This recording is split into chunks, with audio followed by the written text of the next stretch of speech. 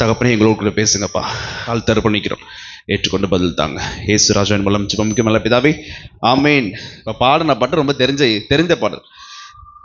வார்த்தை எவ்வளோ அருமையான வார்த்தை. தாழ்மையில் அடிமையை தெரிந்து கொடுது, உயர்த்தி மகிழ்ந்தீரே கோடி கோடி ஸ்தோத்திரங்கள்னு சொல்லி மனதில் தாழ்மை உள்ளவர்கள் ஆண்டவரை சிறுப்பிலே போல ஆராதிப்பார்கள். உற்சாகமாய் சதத்தை உயர்த்தி அவரை ஆராதிப்பார்கள். இன்றைக்கு செய்தியோட தலைப்பு, என்னோட பாடல்லேருந்தே செய்தியோட தலைப்பு வந்திருக்குமே, கண்டுபிடிங்க. தாழ்மை. செய்தியோட தலைப்பு இன்றைக்கு தாழ்மை. தாவீது கர்த்தருடைய இருதயத்துக்கு ஏற்ற தாசனா இருந்தான். ஆமீன், ஆமீன். தீமையான காரியங்களை சொல்லலாம். என்னென்ன சொல்லலாம்? கொலைகாரன், பிறருடைய மனைவியை எடுத்துக்கொண்டவன், அவ்வளவு யுத்தங்களை செய்திருக்காரு, எவ்வளோ பேரை கொண்டிருக்கார், எத்தனையோ உயிர்களை கொண்டிருக்கார். அப்பேற்பட்ட ஒரு நபரை கர்த்தர் கிருபையாய் தெரிந்து கொண்டபடினால் அவரு ஆண்டவரோடு எல்லாத்தையும் உலகத்தெல்லாம் விட்டுட்டு அவரோடு கடைசி நாட்கள் ரொம்ப ஆண்டவரோட இணைஞ்சிட்டார். அவர் ரொம்ப இணைஞ்சோன்ன, ஆண்டவரோட சமூகத்துல ரொம்ப இணைஞ்சோன்ன, ஆண்டவரோட இருதயமும் தாவீதோட இருதயமும் ஒன்றாய் இணைந்தபடினால் அதுக்கப்புறமேட்டு அவர் நிறைய சங்கீதங்கள் எல்லாம் பார்த்தீங்கன்னா ரொம்ப அருமையான, ரொம்ப விசேஷித்தமான சங்கீதமா இருக்கும். அதை மிஸ் பண்ணிடக்கூடாதுன்றதுக்காக ராகத்தலைவனுக்கு ஒப்புவிக்கப்பட்ட தாவீதின் சங்கீதம் சொல்றாங்க. அப்ப ராகத்தலைவன்னா பாடல்களின் ராகம், தலைவன் ராகத்தலைவனுக்கு ஒப்புவிக்கப்பட்ட அவனுடைய கரங்கள்ல கொடுத்து இந்த பாடல்லாம் பத்திரப்படுத்தி வைப்பான்னு சொல்லி இது பண்றான். ரொம்ப இணைஞ்சு ஆண்டவரோடு ரொம்ப இணைஞ்சோன இருதயத்துல ஒரு தாழ்மை ஏற்படுது. ரொம்ப ஹம்புலா மாறுறான். யாரு? தாவீது. 2 சாமுவேல் 22 எடுத்து வாசிப்போம். 2 சாமுவேல் 22:7. நான் வரிசையா வாசிக்கிறேன், நிறைய வசனங்கள் படிக்கணும், நான் வரிசையா வாசிக்கிறேன், அப்படி கேளுங்க. 2 சாமுவேல் 22:7 எனக்கு உண்டான நெருக்கத்திலே கர்த்தரை நோக்கி கூப்பிட்டு என் தேவனை நோக்கி அபயமிட்டேன். அவர் தமது ஆலயத்திலிருந்து என் சத்தத்தை கேட்டார். என் கூப்பிடுதல் அவர் செவிகளில் போய் ஏறிற்று. இந்த வார்த்தை எங்க இருக்கு? சங்கீதம் 18 இருக்கு. ஆமென். 6 சங்கீதம் 18:6 இருக்கு. அடுத்து 8ஆம் வசனம் பாருங்க. அப்பொழுது இவன் கூப்பிடுறான். நல்லா நீங்க கவனிக்கணும், நல்லா நீங்க செய்தியை நல்லா கவனிக்கணும், வார்த்தையை நல்லா கவனிக்கணும். கர்த்தருடைய மகத்துவம், எப்பேற்பட்ட மகத்துவம் என்பதை தாவீது வர்ணிக்கிறார் பாருங்க. என் தேவனை நோக்கி நான் கூப்பிடும் போது எங்க இருந்து? தேவ ஆலயத்திலிருந்து என் சத்தத்தை அவர் கேட்டார். அடுத்த வசனம் பாருங்க, எப்படி போட்டு பாருங்க. அவர் கேட்டவுடன் அப்பொழுது பூமி அசைந்து அதிர்ந்தது. ஆமென். அவரும் கோபம் கொண்டபடியால் வானத்தின் அஸ்திபாரங்கள் குலுங்கி அசைந்தது. அவர் நாசியிலிருந்து பட்சிக்கிற புகை எழும்பிற்று. அவர் வாயிலிருந்து அக்கினி புறப்பட்டது, அதனால் தழல் முண்டது. அடுத்தது 10ஆம் வசனம். வானங்களை தாழ்த்தி இறங்கினார். அவர் பாதங்களின் கீழ் காரிருள் இருந்தது. 11ஆம் வசனம். கேருபீன்கள் மேல் ஏறி வேகமாய் சென்றார். காற்றின் செட்டைகளின் மீதில் தரிசனமானார். கர்த்தர் வானத்திலிருந்து குமுறி உன்னதமானவர் தமது சத்தத்தை தொனிக்க பண்ணினார். அவர் அம்புகளை எய்து அவர்களை சிதறடித்து மின்னல்களை பிரயோகித்து அவர்களை கலங்க பண்ணினார். கர்த்தருடைய கண்டிதத்தினாலும் அவருடைய நாசியின் சுவாச காற்றினாலும் சமுத்திரத்தின் மதகுகள் திறவுண்டு. எப்படியா? அந்த வார்த்தையை பாருங்களேன். அவருடைய நாசியிலிருந்து சுவாச காற்றினால் சமுத்திரத்தை பிளந்த மதகுகளை திறவுண்டவுடன் பூமிக்கு அடியில் இருக்க அஸ்திபாரங்கள்லாம் காணப்பட்டுச்சான். சொல்றது புரியுதுங்களா? அந்த அளவுக்கு ஆழத்துல அவருடைய சுவாசம் அப்படி தண்ணியை பழக்குமா. 30ஆம் வசனம். உம்மாலே நான் ஒரு சேனைக்குள் பாய்ந்து போவேன், என் தேவனாலே ஒரு மதிலை தாண்டுவேன். 32ஆம் வசனம். கர்த்தரை அல்லாமல் தேவன் யார்? நம்முடைய தேவனை அன்றி கண்மலை யார்? 36ஆம் வசனம். உம்முடைய ரட்சிப்பின் கேடகத்தையும் எனக்கு தந்தீர், உம்முடைய காருண்யம் என்னை பெரியவனாக்கும். 37ஆம் வசனம். என் கால்கள் வலுவாதபடிக்கு நான் நடக்கிற வழியை அகலமாக்கினீர். 40ஆம் வசனம். யுத்தத்துக்கு நீர் என்னை பலத்தால் இடைக்கட்டி என் மேல் எழும்பினவர்களை என் கீழ் மடங்க பண்ணினீர். 42ஆம் வசனம். அவர்கள் நோக்கி பார்க்கிறார்கள், அவர்களை ரட்சிப்பார் ஒருவரும் இல்லை. கர்த்தர், இதுக்கு முன்னாடி வசனம் வரைக்கும் கவனிச்சீங்கன்னா கர்த்தர் எனக்கு உதவி செய்தார், கர்த்தர் எனக்கு உதவி செய்தார், கர்த்தர் எனக்கு உதவி செய்தார் வரும். சத்துருக்கள் 42ஆம் வசனம் பாருங்க. அவர்கள் நோக்கி பார்க்க, யாரை நோக்கி பார்க்கிறார்கள்? அவர்கள் வணங்கும் கடவுள்களை நோக்கி பார்க்கிறார்கள். வசனம் பாருங்க. அவர்களை ரட்சிப்பார் ஒருவரும் இல்லை. உடனே என்ன பண்றாங்க? அவர்களுக்கு அவர் உத்தரவு கொடுக்கிறது இல்லை. நல்லா கவனிங்க, நல்லா இந்த வசனத்தை கவனிங்க. அவர்கள் நோக்கி பார்க்கிறார்கள், யார? வணங்குறத. ஒருத்தனும் ரட்சிப்பார் இல்ல. உடனே என்ன பண்றாங்க? வசனப்படுறங்க. கர்த்தரை நோக்கி பார்க்கிறார்கள், அவர்களுக்கு அவர் உத்தரவு கொடுக்கிறது இல்லை. சொல்றது புரியுதுங்களா உங்களுக்கு? சத்துருக்கள் அவர்கள் வணங்கும் தெய்வத்தை நோக்கி பார்க்கறாங்க, உத்தரவு கொடுக்கலையா? ஏன்னா யாருமே உதவி செய்யலன்ட்டு ஆண்டவரை நோக்கி போனா ஆண்டவரும் உதவி செய்யலையே. அந்த இடத்துல யாருக்கு ஆண்டவர் உதவி செய்யறாரு? கர்த்தருடைய பிள்ளையாகிய நமக்கு உதவி செய்கிறார். நல்ல வசனத்தை ஃபுல்லா கவனிங்க. 50ஆம் வசனம். இது நிமித்தம் கர்த்தாவே, ஜாதிகளுக்குள் உம்மை துதித்து உம்முடைய நாமத்தை சங்கீதம் பாடுவேன். ஆமென். ஒரு அதிகாரம் ஃபுல்லா வாசிச்சு முடிச்சிட்டோம். இந்த அதிகாரத்தை என்ன குறிக்குது, எதுக்காக இந்த அதிகாரத்தை படிச்சேன் அப்படின்னா, இதுக்கு முன்னாடி என்ன சொன்னேன், தாவீது கடைசி நாட்கள்ல ஆண்டவரோட ரொம்ப இணைஞ்சிட்டான். தாவீதோட இருதயமும் ஆண்டவரோட இருதயமும் ரொம்ப ஒன்றா இருந்துச்சு. நீங்க இந்த வசனத்தோட ஃபர்ஸ்ட் வசனத்தை இப்ப படிக்க வேணாம், என்னைய பாருங்க. ஃபர்ஸ்ட் வசனத்தை பாத்தீங்கன்னா, தாவீது கடைசி நாட்கள் எழுதின வசனம் சங்கீதம் போட்டிருக்கு. அவன் ஆயுசு முழுதும் கர்த்தரை ருசி பார்த்தத, கர்த்தர் எவ்வளவு நல்லவர் என்று டேஸ்ட் பண்ணதை தான் இந்த அதிகாரத்துல மொத்தமா எழுதியிருக்காரு. அல்லேலூயா. சொன்ன இப்பொழுதும் வாசிச்சோம் அப்படின்னா கர்த்தருடைய மகத்துவத்தை குறித்து இந்த அதிகாரத்துல போட்டிருக்கு. அல்லேலூயா. கர்த்தர் எவ்வளவு நல்லவர், எவ்வளவு வல்லவர், அவரால் என்னென்னலாம் முடியும், நம்முடைய வணங்குகிற தெய்வம் எவ்வளவு நல்லவர், எவ்வளவு மகத்துவம் உள்ளவர் என்பதை இந்த 2 சாமுவேல் 22ஆம் அதிகாரம் முழுவதும் தெளிவா போட்டிருக்கு. அப்பேற்பட்ட கர்த்தர் சொல்லுகிறார். ஏசாயா 66:1 வசனம் வாசிப்போம். இவ்வளவு தெளிவா சொல்லிட்டேன், கர்த்தருடைய மகத்துவத்தை பத்தி தெளிவா சொல்லிட்டேன். அப்பேற்பட்ட கர்த்தர் சொல்லுகிறார். ஏசாயா 66ஆம் அதிகாரம் 1வது வசனம். வானம் எனக்கு சிங்காசனம், வானம் எனக்கு சிங்காசனம், பூமி எனக்கு பாதப்படி, பூமி எனக்கு பாதப்படி. என்ன பாருங்க, தெளிவா சொல்லிட்டார். இவ்வளவு நேரம் அவருடைய மகத்துவத்தை பத்தி பார்த்தோம். அப்படி பண்ணாரு, இப்படி பண்ணாரு. அவருடைய நாசியின் சுவாசத்தால அப்படியே செங்கடல் 2ஆ பிரியுது. அப்படியே அந்த இது தெரியுது, உள்ளுக்குள்ள இருக்க அந்த என்ன பண்றது, அஸ்திபாரங்கள் தெரியுதான், கடல்ல இருக்க அஸ்திபாரங்கள் தெரியுதான். அப்பேற்பட்ட கடவுள் தனித்தனியா சொன்னவர் இப்ப சேர்த்து மொத்தமா சொல்லிட்டாரு. ஒரே வார்த்தையில சொல்லிட்டாரு, வானம் என்னுடைய சிங்காசனம், பூமி என்னுடைய பாதப்படி. நீங்கள் எனக்கு கட்டும் ஆலயம் எப்படிப்பட்டது, நீங்கள் எனக்கு கட்டும் ஆலயம் எப்படிப்பட்டது, நான் தங்கி இருக்கும் ஸ்தலம் எப்படிப்பட்டது, நான் தங்கி இருக்கும் ஸ்தலம் எப்படிப்பட்டது, என்னுடைய கரம் இவைகளை எல்லாம் சிருஷ்டித்ததினால் இவைகள் எல்லாம் உண்டாயின என்று கர்த்தர் சொல்கிறார். என்னுடைய கரம் தான்ப்பா இவைகள் எல்லாவற்றையும், ஹோல் யூனிவர்ஸையும் சிருஷ்டித்தது, இவைகள் எல்லாம் உண்டாயின என்று சொல்லிக்கிறது யாரு, கர்த்தர் சொல்லுகிறார். ஆனாலும் சிறுமைப்பட்டு வானம் என்னோட சிங்காசனம், பூமி என்னோட பாதப்படின்ட்டாரு. நான் தான் மொத்த உலகத்துக்கு மட்டும் இல்ல, நல்லா தெரிஞ்சுக்கணும், உலகம் என்பது பலவித கோள்கள்ல ஒரு கோள்கள் தான் பூமி. பூமி ஒரு கோள்.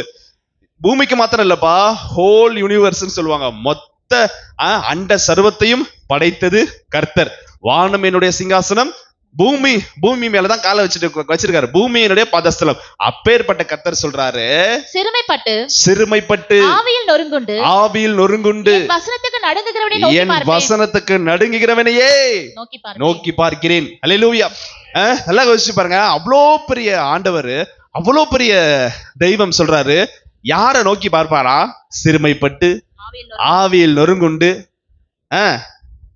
வசனத்துக்கு நடுங்குகிறவனை நோக்கி பார்க்க. தாழ்மையா இருக்கிறவரை தான் கர்த்தர் நோக்கி பார்க்கிறன்ற வார்த்தை சொல்லுது. அல்லேலூயா. ஆவியில் நொறுங்குண்டவர்கள் அப்படியே ரொம்ப தாழ்மையா இருப்பாங்க. சிறுமைப்பட்டு, வாழ்க்கையில சிறுமைப்பட்டு, சும்மா பேருக்கு சிறுமைப்பட்டோட பெருமூச்சு விட்டு உட்கார்ந்து இருக்கிறத பத்தி சொல்ல, உண்மையாலுமே ஆவியிலே நொறுங்குண்டு சிறுமைப்பட்டு ஆண்டவருக்கு முன்பாக தன்னை தாழ்த்துகிறவனை, வசனத்துக்கு கீழ்ப்படுகிறவனை மாத்திரமே கர்த்தர் நோக்கி பார்ப்பேன் என்று சொல்றார். அல்லேலூயா. இவ்வளவு நேரம் என்ன பார்த்தோம், ஸ்டார்டிங்ல கர்த்தருடைய மகத்துவத்தை பார்த்தோம். இவ்வளவு நேரம் எதை பார்த்தோம், கர்த்தருடைய மகத்துவங்கள். அப்பேற்பட்ட கர்த்தர் சொல்றாரு, வானம் என்னோட சிங்காசனம், பூமி என்னோட பாதப்படின்னு சொல்லிட்டாரு. இப்ப அப்பேற்பட்ட கடவுள் இன்னொன்னு சொல்றாரு பாருங்க. யாத்திராகமம் 20ஆம் அதிகாரம் 23ஆம் வசனம். அவ்வளோ பெரிய தெய்வம். ஃபர்ஸ்ட் ஏசப்பாவோட மகத்துவத்தை நீங்க புரிஞ்சுக்கிட்டீங்கல்ல, ஏசப்பாவோட மகத்துவத்தை புரிஞ்சுக்கிட்டீங்க. தனித்தனியா சொன்னாரு, இது என்னோடது, அது என்னோடது, என்னோட பவர் இப்படி, நான் கை வச்சா இப்படி, நான் சுவாசித்தா, நான் மூச்சு விட்டா இப்படி, எல்லாம் சொன்னாரு தனித்தனியா. அதுக்கப்புறமேட்டு மொத்தமா சொல்லிட்டாரு, வானம் என்னோட சிங்காசனம், பூமி பாதப்படி நான் தான் அப்படின்னு சொல்லிட்டாரு. இப்ப அப்பேற்பட்ட கடவுள் எவ்வளவு தாழ்மையா சொல்றாரு பாருங்க. யாத்திராகமம் 20ஆம் அதிகாரம் 23ஆம் வசனம். முக்கியமான வார்த்தை, எல்லாம் எடுத்து வாசிங்க. யாத்திராகமம் 20ஆம் அதிகாரம் 23ஆம் வசனம். நீங்கள் எனக்கு ஒப்பாக, நீங்கள் எனக்கு ஒப்பாக வெள்ளியினாலே தெய்வங்களை பொன்னினாலே தெய்வங்களை உங்களுக்கு வெள்ளியினாலே தெய்வங்களையும் பொன்னினாலே தெய்வங்களையும் உங்களுக்கு உண்டாக்க வேண்டாம். அடுத்த வசனம், மண்ணினாலே பலிபீடத்தை எனக்கு உண்டாக்கி. நல்லா கவனிங்க, மண்ணினாலே பலிபீடத்தை எனக்கு உண்டாக்கி. என்ன புரியுது உங்களுக்கு? இப்ப அவர் நினைச்சிருந்தாருன்னா தங்கத்துல பலிபீடம் கட்டின்னு சொல்லியிருப்பாரு, வெள்ளியில பலிபீடம் கட்டின்னு சொல்லியிருப்பாரு. கரெக்டா இல்லையா? இருக்கிறதுலே ரொம்ப உயர்ந்ததுல பலிபீடம் கட்டுன்னு சொல்லியிருப்பாரு. இவன் நேரம் ஆண்டோட மகத்துவத்தை சொல்லிட்டேன். அவர் எவ்வளவு பெரிய ராஜாதி ராஜா, தேவாதி, இன்னும் வசனம் நிறைய இருக்கு. அதெல்லாம் எடுத்தோம்னா மணி ஆயிரும். தேவர்களுக்கெல்லாம் தேவன், ராஜாக்களுக்கெல்லாம் ராஜான் அவர் தான். எல்லாமே மொத்தமே இந்த உலகத்தை படைச்சவர் எல்லாமே அவர் தான். அப்பேற்பட்ட ஆண்டவர் சொல்லிட்டாரு, வானம் இல்ல சிங்காசனம், பூமி இல்ல பாதப்படி. இப்ப எவ்வளவு தாழ்மையா சொல்றாரு பாருங்க.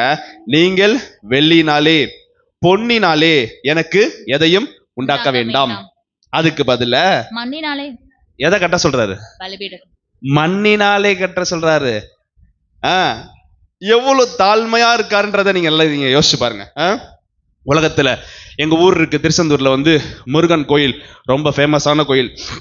அந்த வருஷத்துக்கு ஒரு திருப்பு இது கொண்டாடுவாங்க.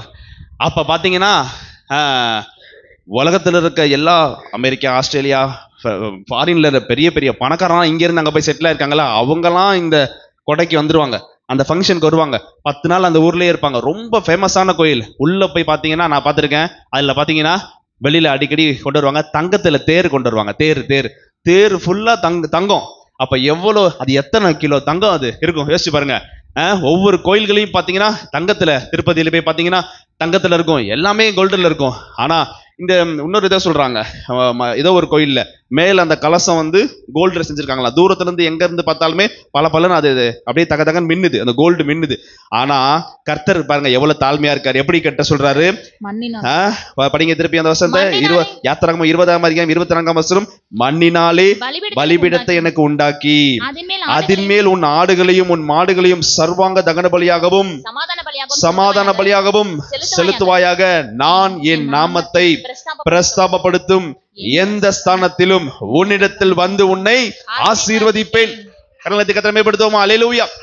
நீ இங்கதான் வரணும், அங்கதான் வரணும், இவ்வளவு செலவு பண்ணி நீ மெக்கா மதீனாக்கு வரணும், இவ்வளவு செலவு பண்ணி நீ வேளாங்கண்ணிக்கு வரணும், திருப்பதிக்கு வரணும், அங்க வரணும், இங்க வரணும்னு சொல்ல கர்த்தர் சொல்றாரு, தாழ்மையுள்ள இருதயத்தோட இந்த மண்ணால செய்யப்பட்ட இந்த இருதயத்துல நம்ம சொல்றாரு, கர்த்தர் சொல்றாரு, என் நாமத்தை பிரஸ்தாபப்படுத்தும் எந்த ஸ்தானத்திலும், அது வீடா இருக்கலாம், ரோடா இருக்கலாம், ஒரு இடத்துல அவமானப்பட்டு அசிங்கப்பட்டு நிக்கிறீங்க, அந்த இடமா இருக்கலாம், நிக்க முடியாத இடத்துல நிக்கலாம், உங்களுடைய சூழ்நிலை நிமித்தம் எங்கேயாவது நீங்க நிக்கலாம், நீங்க கர்த்தருக்கு விரோதமாக செய்தனால நீங்களே உங்களுக்கு ஏதாவது பண்ணிக்கிட்டனால ஒரு இடத்துல போய் நிக்கலாம், அங்க இருந்தாலும் சொல்றாரு, என் நாமத்தை பிரஸ்தாபப்படுத்தும் எந்த ஸ்தானத்திலும், இடம் பொருள் பார்க்காமல் எந்த ஸ்தானத்திலும் உன்னிடத்தில் வந்து நான் உன்னை ஆசீர்வதிப்பேன் என்று கர்த்தர் சொல்லுங்க. கர்த்தர் எவ்வளவு தாழ்மையா இருக்காரு பாருங்க, நம்ம வணங்குற கடவுள் எவ்வளவு தாழ்மையா இருக்காரு பாருங்க. அல்லேலூயா, அல்லேலூயா. மத்தேயு 11ஆம் அதிகாரம் 29ஆம் வசனத்துல போட்டிருக்கு, மத்தேயு 11 29 20 30 போட்டிருக்கு, நான் சாந்தமும் மனத்தாழ்மையுமாய் இருக்கிறேன், என் நுகத்தை உங்கள் மேல் ஏற்றுக்கொண்டு என்னிடத்தில் கற்றுக்கொள்ளுங்கள், அப்பொழுது உங்கள் ஆத்துமாக்கு இளைப்பாறுதல் கிடைக்கும். ஆமென். அப்பொழுது உங்கள் ஆத்துமாக்களுக்கு இளைப்பாறுதல் கிடைக்கும். என் நுகம் மெதுவாயும் என் சுமை லகுவாயும் இருக்கிறது என்று கர்த்தர் சொல்கிறார். அல்லேலூயா. ரொம்ப தாழ்மையுள்ள தெய்வம். பாத்தீங்கன்னா ஏசப்பாவை சிலுவையில அறையறதுக்கு முன்பாக, ஒரு வாரத்துக்கு முன்பாக என்ன கொண்டாடுறாங்க, குருத்தோலை ஞாயிறு கொண்டாடுறாங்க. அந்த ஏசப்பா எருசலேம் நகரத்துல அந்த பவனியா செல்றாரு. போகும்போது அவரு பெரிய ராஜா வந்து எதுல வருவாங்க, ஆக்சுவலா ராஜாலாம் பழைய காலத்துல எதுல வருவாங்க, எல்லாம் பழைய காலத்துல எம்ஜிஆர் படம் பார்த்திருப்பீங்க, சொல்லுங்க. பழைய காலத்துல ராஜாலாம் எதுல வருவாங்க, குதிரை, நல்லா வெள்ளை குதிரை, கொஞ்சம் நல்ல விசேஷித்தமான குதிரையில வருவாங்க. ஆனா இங்க என்ன போட்டிருக்கு, சகரியால என்ன போட்டிருக்கு, இதோ உன் ராஜா கழுதையின் மேலும் கழுதை குட்டியாகிய மரியின் மேல் வருகிறார். எப்படி பண்ணார் ஏசப்பா, கழுதையில வந்தார். அவர் நினைச்சா இதே சூப்பரா ஒரு குதிரையில வந்திருக்கலாம். அதுல இப்ப தெளிவா போட்டிருக்கு, அதுல தாழ்மையுள்ளன்னு தெளிவா போட்டிருக்கு. தாழ்மையா எல்லா சூழ்நிலையும் கர்த்தர் தாழ்மையா இருந்தார், வாழ்ந்து காட்டினார் ஏசப்பா உலகத்துல. அதான் நீங்க எல்லாம் அந்த வசனத்தை நீங்க கவனிக்கணும். எருசலேம் நகரத்துல கழுதையில வர்றாரு. முன்னாடப்பாரும் பின்னாடப்பாரும் என்ன பண்றாங்க, ஓசன்னா ஓசன்னா கர்த்தருடைய நாமத்தில் வருகிறவர் ஸ்தோத்திரிக்கப்பட்டவர்னு சொல்லி புகழ்றாங்க. ட்ரெஸ் எல்லாம் கீழே போட்டு, அந்த பண ஓலைகள் எல்லாத்தையும் கீழே போட்டு, ஒளிய இலையெல்லாம் கீழே போட்டு அதுல ஏசப்பா அழகா பவனி வரார். அதெல்லாம் நீங்க கவனிக்கணும். ஒரு வாரத்துக்கு முன்னாடி நடக்கிற சம்பவம்.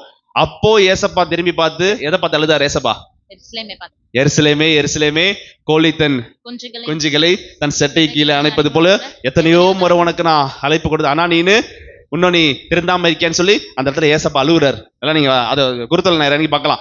ஏன் தெரியுமா அவ்வளவு சந்தோஷத்துல ஏசப்பா அழுதாரு?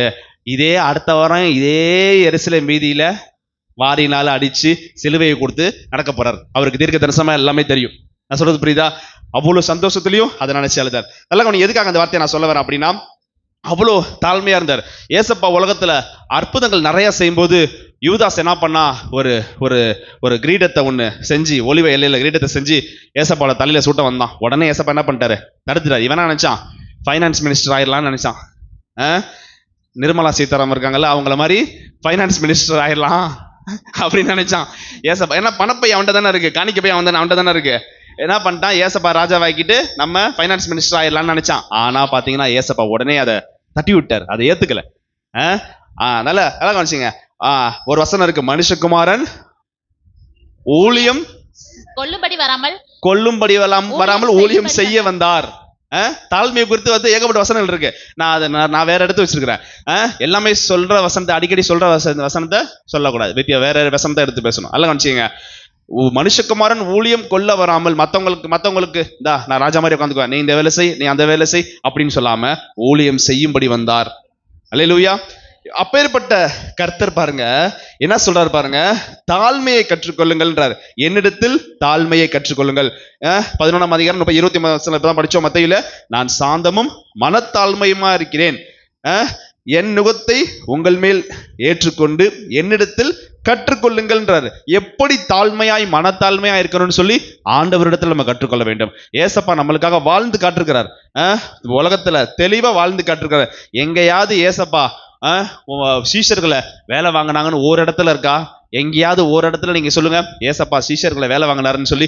எங்கேயுமே இல்லை. ஒரே ஒரு இடத்த மட்டும் தான் சொல்றாரு, நீங்கள் நேர்வழியே போய் அங்க முட்டு சந்தில 2 கழுதை நிற்கும், அதை மட்டும் அவுத்துட்டு வாங்கன்னு தான் சொன்னாரே தவிர மித்தபடி எந்த ஒரு வேலையும் ஏசப்பா சீஷர்களை வாங்கவே கிடையாது.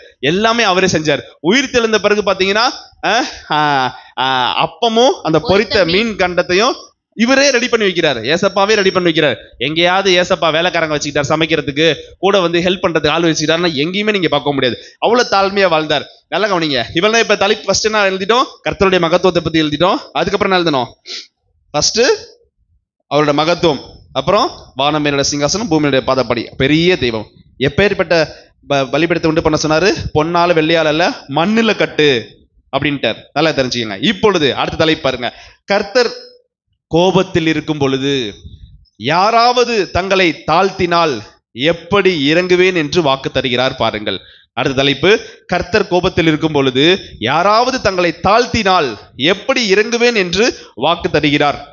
2 நாளாகமம் 7ஆம் அதிகாரம் 13ஆம் வசனம். நான் மழையில்லாதபடிக்கு வானத்தை அடைத்து அல்லது தேசத்தை அழிக்க வெட்டுக்கிளிகளுக்கு கட்டளையிட்டு அல்லது என் ஜனத்திற்குள் கொள்ளை நோயை அனுப்பும்போது என் நாமம் தரிக்கப்பட்ட என் ஜனங்கள், நல்ல கவனிங்க, என் நாமம் தரிக்கப்பட்ட என் ஜனங்கள் தங்களை தாழ்த்தி ஜெபம் பண்ணி என் முகத்தை தேடி தங்கள் பொல்லாத வழிகளை விட்டு திரும்பினால் அப்பொழுது பரலோகத்தில் இருக்கிற நான் கேட்டு, ஆமென், பரலோகத்தில் இருக்கிற நான் கேட்டு அவர்கள் பாவத்தை மன்னித்து அவர்கள் தேசத்துக்கு சேமத்தை கொடுப்பேன். 15ஆம் வசனம், இந்த ஸ்தலத்திலே செய்யப்படும் ஜெபத்திற்கு என் கண்கள் திறந்தவைகளும் என் செவிகள் கவனிக்கிறவைகளுமா இருக்கிறது. 16ஆம் வசனம், என் நாமம் இந்த ஆலயத்தில் என்றென்றைக்கும் இருக்கும்படி நான் இதை இந்த திருச்சபையை தெரிந்து கொண்டு பரிசுத்தப்படுத்தினேன். என் கண்களும் என் இருதயமும் என்னாலும் இந்த திருச்சபையில் இருக்கும் என்று கர்த்தர் சொல்கிறார். அல்லேலூயா. கரங்களை தட்டி கர்த்தரை மேம்படுத்துவோம். அல்லேலூயா. எல்லாம் நீங்க கவனிக்கணும், தெளிவா சொல்லிட்டாரு. அருமையான வார்த்தை பாருங்களேன். நான் வசனம் படிச்சாச்சு, நான் விளக்கம் சொல்றேன், அதை மட்டும் பாருங்க. 2 நாளாகமம் 7ஆம் அதிகாரம் 13ஆம் வசனத்துல போட்டிருக்கு, நான் மழை இல்லாதபடிக்கு வானத்தை அடைத்து. என்னைய பாருங்க, என்ன நம்ம எப்படி எடுத்துக்கலாம்? இது பழைய ஏற்பாட்டு காலத்துல விவசாயம் பண்ணாங்க எல்லாம், அதனால போட்டிருக்கு. இப்ப என்ன எடுத்துக்கலாம்? வேலை இல்லாதபடிக்கு வேலையை அடைத்து எடுத்துக்கலாமா? உங்க வீட்டுக்காருக்கு உங்களுக்கு எல்லாம் சரியா வேலை இல்லாம வேலை இல்லாதபடிக்கு வேலையை அடைத்து, அல்லது தேசத்தை அழிக்க வெட்டுக்கிளி கட்டளையிட்டுன்னு போட்டிருக்கு. கடன் வாங்கியிருப்பீங்க, கந்துக்கார் வருவாரு, அது அவரு அனுப்பி. அடுத்து என்ன போட்டிருக்கு? அல்லது ஜனத்திற்குள் கொள்ளை நோயை அனுப்பும் போது உடம்புல நமக்கு பலவீனம் ஆயிரும், ஆஸ்பத்திரி செலவுக்கு ஆகும், அந்த மாதிரிலாம் இருக்கும் பொழுது, நல்லா கவனிச்சு, அந்த மாதிரி இருக்கும்போது என் நாமம் தரிக்கப்பட்ட என் ஜனங்கள், இயேசுன்ற நாமத்தை நமக்கு நெத்தியில பொருத்திருக்கார். கர்த்தருக்கு பரிசுத்தம் அப்படின்னு சொல்லி அப்படி நெத்தியில பொருத்திருக்கார். எல்ஷடாயின் நமக்கு நெத்தியில பொருத்திருக்கான்னு வச்சுக்கோங்க. என் நாமம் தரிக்கப்பட்ட என்னுடைய ஜனங்கள் தங்களை தாழ்த்தி, வந்துருச்சா? எவ்வளவு பெரிய கர்த்தருக்கு விரோதமா பாவம் செஞ்சிருந்தாலும் இருதயத்துல தாழ்த்தி ஜெபம் செய்யும் போது கர்த்தர் மன்னிக்கிறார். அல்லேலூயா. அதுக்காக நான் தப்பு செஞ்சுட்டு மன்னிப்பு கேட்கலாமா? இல்ல, அது அப்படி சொல்ல வரல.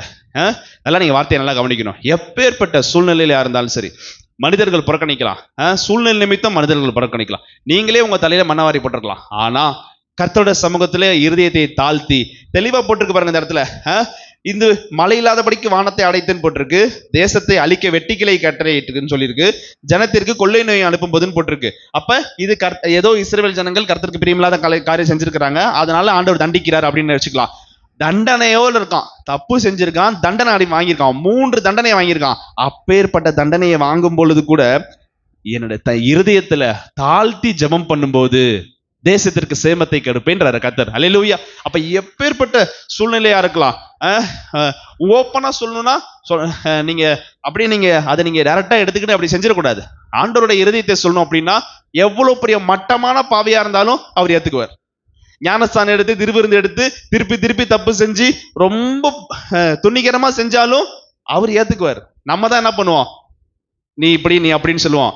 நம்மளே ஏத்துக்க முடியாது, யாராலையும் ஏத்துக்க முடியாது. உள்ளதை உள்ளபடி சொல்லணும் அப்படின்னா அவர் மனசு ரொம்ப பெரிய பெருந்தன்மையான மனசு, எப்பேற்பட்டாலும் தான் ஏத்துக்குவார். நம்ம என்ன பண்ணுவோம், மீறி செஞ்சு ஆண்டவர்கிட்ட அடி வாங்காதன்னு சொல்லுவோம். ஆமா உண்மைதான், இப்படி சொன்னா நீங்க டைரக்டா நீங்க எடுத்துக்க கூடாது. எவ்வளவு வேணா பாவம் செய்யலாமா, ஆண்டவர்கிட்ட போய் மன்னிப்பு கேட்டுக்கலாமா அப்படின்னு நீங்க எடுத்துக்க கூடாது. ஆனா அவருடைய இருதயம் எப்பேற்பட்ட இருதயம் அப்படின்னா நம்முடைய சமூகத்துல வருகிற ஒருவரையும் புறம்பே தள்ளுவதில்லை.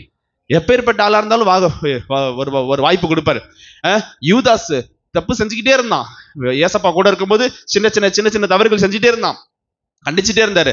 பேதுரும் அப்படிதான் சின்ன தவறுகள் செஞ்சுட்டே இருந்தான், கண்டிச்சுட்டே இருந்தாரு. கடைசியில பேதுரு ஏசப்பாவோட அன்பை புரிந்துக்கிட்டு ஏத்துக்கிட்டாரு, வந்துட்டாரு.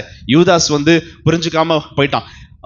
மாட்டி விடும் ஏசப்பாவை காட்டி கொடுக்கும்போது கூட என்ன சொல்றாரு ஏசப்பா, சிநேகிதனே முத்தத்தினாலாயா காட்டி கொடுக்குற. நம்ம தான் பண்ணோம், வாடா பொறுக்கி பையல அப்படிதான் கூட்டிருப்போம் கடலையா, வாடா இந்த பையல அந்த பையல்னு சொல்லியிருப்போம். ஆனா என்ன பண்ணோம், இல்ல என்ன பண்ணிருப்போம், செவுலே ஒண்ணு அரைஞ்சிருப்போம். அவன் எப்படி சொன்னான், நான் யாரோட கன்னத்துல முத்தம் கொடுக்குறனோ அவரு தான் ஏசுன்னு. இவரு என்ன சொல்லியிருப்பாரு, எவன் செவுட்டுல நான் அறையணும் அவன் தான் என்னை காட்டி கொடுப்பான்னு இவரு சொல்லியிருக்கலாம். ஆமாவா இல்லையா? ஆனா அப்படி செய்யாம கன்னத்துல முத்தம் கொடுத்தவன உடனே கேட்கிறாரு, சிநேகிதனே வாய்ப்பு கொடுக்குறாரு. அப்ப கூட அவன் தெரிஞ்சிருக்கான், ஐயோ ஆண்டவரே தெரியாம பண்ணிட்டேன், காலைல விழுந்து மன்னிப்பு கேட்டிருந்தானே, சரி போ இனி பாவம் செய்யாத போ, இந்த வார்த்தை உன்னாலதான் நிறைவேறணும், போய் தொலை அப்படின்னு அனுப்பியிருப்பாரு. ஆனா அவன் ஏத்துக்கல, அவன் திருந்தணுன்ற எண்ணம் அவன் மனசுல இல்ல. எல்லாம் நீங்க கவனிக்கணும். பாத்துக்கங்க, அப்படி தண்டனை வாங்கியிருந்தாலும் சொல்றாரு, தங்களை தாழ்த்தி ஜெபம் பண்ணும்போது என் முகத்தை தேடினால், தங்களுடைய பொல்லாத வழிகளை விட்டு திரும்பினால் பரலோகத்திற்கு தேவன் அதை கேட்டு அவர்கள் பாவங்களை மன்னித்து தேசத்துக்கு, வாழ்க்கைக்கு, குடும்பத்திற்கு, தனிப்பட்ட வாழ்க்கைக்கு சேமத்தை கட்டளையிடுவேன் என்று கர்த்தர் சொல்கிறார். அல்லேலூயா, அல்லேலூயா. செப்பனியா 2ஆம் அதிகாரம் 3ஆம் வசனத்துல போட்டிருக்கு, தேசத்தில் உள்ள எல்லா சிறுமையானவர்களே. செப்பனியா 2ஆம் அதிகாரம் 3ஆம் வசனம், தேசத்தில் உள்ள எல்லா சிறுமையானவர்களே, கர்த்தருடைய நியாயத்தை நடப்பிக்கிறவர்களே, அவரை தேடுங்கள், நீதியை தேடுங்கள், மனத்தாழ்மையை தேடுங்கள். அப்பொழுது ஒருவேளை கர்த்தருடைய கோபத்தின் நாட்களில் மறைக்கப்படுவீர்கள். வேற எதையுமே போடல, வேற எதுவுமே. இதை செய்யுங்க, காணிக்கையை செலுத்துங்கள், தசமபாகத்தை செலுத்துங்கள், உங்களுக்கு உண்டானதை எல்லாத்தையும் விட்டு இங்க கொடுங்க, அப்படியா போட்டிருக்கு? இல்ல, என்ன போட்டிருக்கு? நீதியை தேடுங்கள், மனத்தாழ்மையை தேடுங்கள். நீங்க ரொம்ப பாவம் செஞ்சிட்டீங்களா, மனத்தாழ்மையை தேடுங்கள். அப்பொழுது ஒருவேளை கர்த்தருடைய கோபத்தின் நாளிலே கர்த்தருடைய சட்டையின் கீழாக மறைக்கப்படுவீர்கள். அல்லேலூயா, அல்லேலூயா. ஃபர்ஸ்ட் அவருடைய மகத்துவத்தை பார்த்தோம். அப்புறம் எந்த பலிபீடத்துல எதால கட்ட சொல்றாரு? மண்ணினாலே கட்ட சொல்றாரு. அடுத்த தலைப்பு என்ன பார்த்தோம்? கர்த்தர் கோபத்தில் இருக்கும் பொழுது யாராவது தங்களை தாழ்த்தினால் எப்படி இறங்குவேன் என்று வாக்குத்தத்தம் தருகிறான்னு பார்த்தோமா இல்லையா? இப்ப அடுத்த தலைப்பு, யாராவது தங்களை தாழ்த்தினால் உடனே அவர்களை கண்ணோக்கி பார்க்கிறார். அடுத்த தலைப்பு, யாராவது தன்னை தாழ்த்தினால் உடனே அவர்களை கண்ணோக்கி பார்க்கிறார். 1 ராஜாக்கள் 21ஆம் அதிகாரம் 29ஆம் வசனம். 1 ராஜாக்கள் 21ஆம் அதிகாரம் 29ஆம் வசனம். ஆகாப் எனக்கு முன்பாக தன்னை தாழ்த்தினதை கண்டாயா? சத்தமபடி, ஆகாப் எனக்கு முன்பாக தன்னை தாழ்த்தினதை கண்டாயா? தன்னை தாழ்த்தினதை கண்டாயா? அவன் எனக்கு முன்பாக தன்னை தாழ்த்துகிறபடியால், அவன் எனக்கு முன்பாக தன்னை தாழ்த்துகிறபடியினால் நான் அவன் நாட்களில் இந்த பொல்லாப்பை வரப்பண்ணாமல் அவன் குமார நாட்களில் அதை அவன் குமார நாட்களில் இந்த வீட்டின் மேல் வரப்பண்ணுவேன் என்றார். நல்லா யோசிச்சு பாருங்க, இந்த ஆகாப் ரொம்ப மோசமானவன். அவன் மனைவி யாரு? ஏசபேல். அதுக்கு மேல 2 பேர் சேர்ந்துட்டு அவ்வளவு அநியாயம் பண்ணுதுங்க.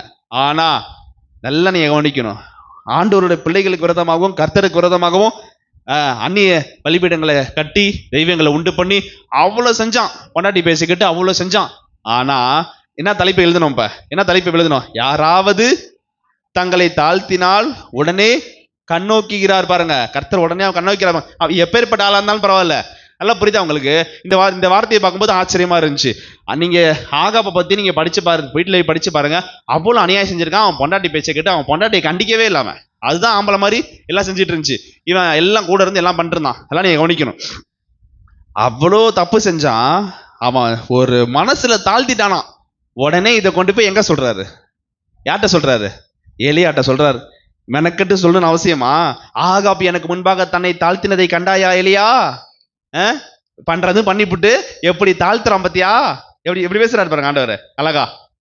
கண்டாயா, அவன் எனக்கு முன்பாக தன்னை தாழ்த்துகிறபடியினால் அவன் நாட்களில் இந்த பொல்லப்பை வர பண்ணாமல் அவன் அடுத்த சந்ததியில வர பண்ணுவேன்றார். எவ்வளோ எவ்வளோ எவ்வளோ இரக்கமா எவ்வளோ கிருபையா இருக்கார் பாருங்க கடவுள் கர்த்தர். அவர்கிட்ட என்னிடத்தில் கற்றுக்கொள்ளுங்கள், தாழ்மையை கற்றுக்கொள்ளுங்கள். எப்படி உலகத்துல நான் வாழும்போது தாழ்மையா இருந்தேனோ அதே போல் நீங்களும் இருதயத்துல தாழ்மையா இருக்கணும்ன்றார். வசனம் அருமையா போட்டிருக்கு. பெருமை உள்ளவர்களுக்கு தேவன் எதிர்த்து நிற்கிறார், தாழ்மை உள்ளவர்களுக்கோ கிருபை அளிக்கிறார். அல்லேலூயா. அதான் தெளிவா சொல்றாருங்க.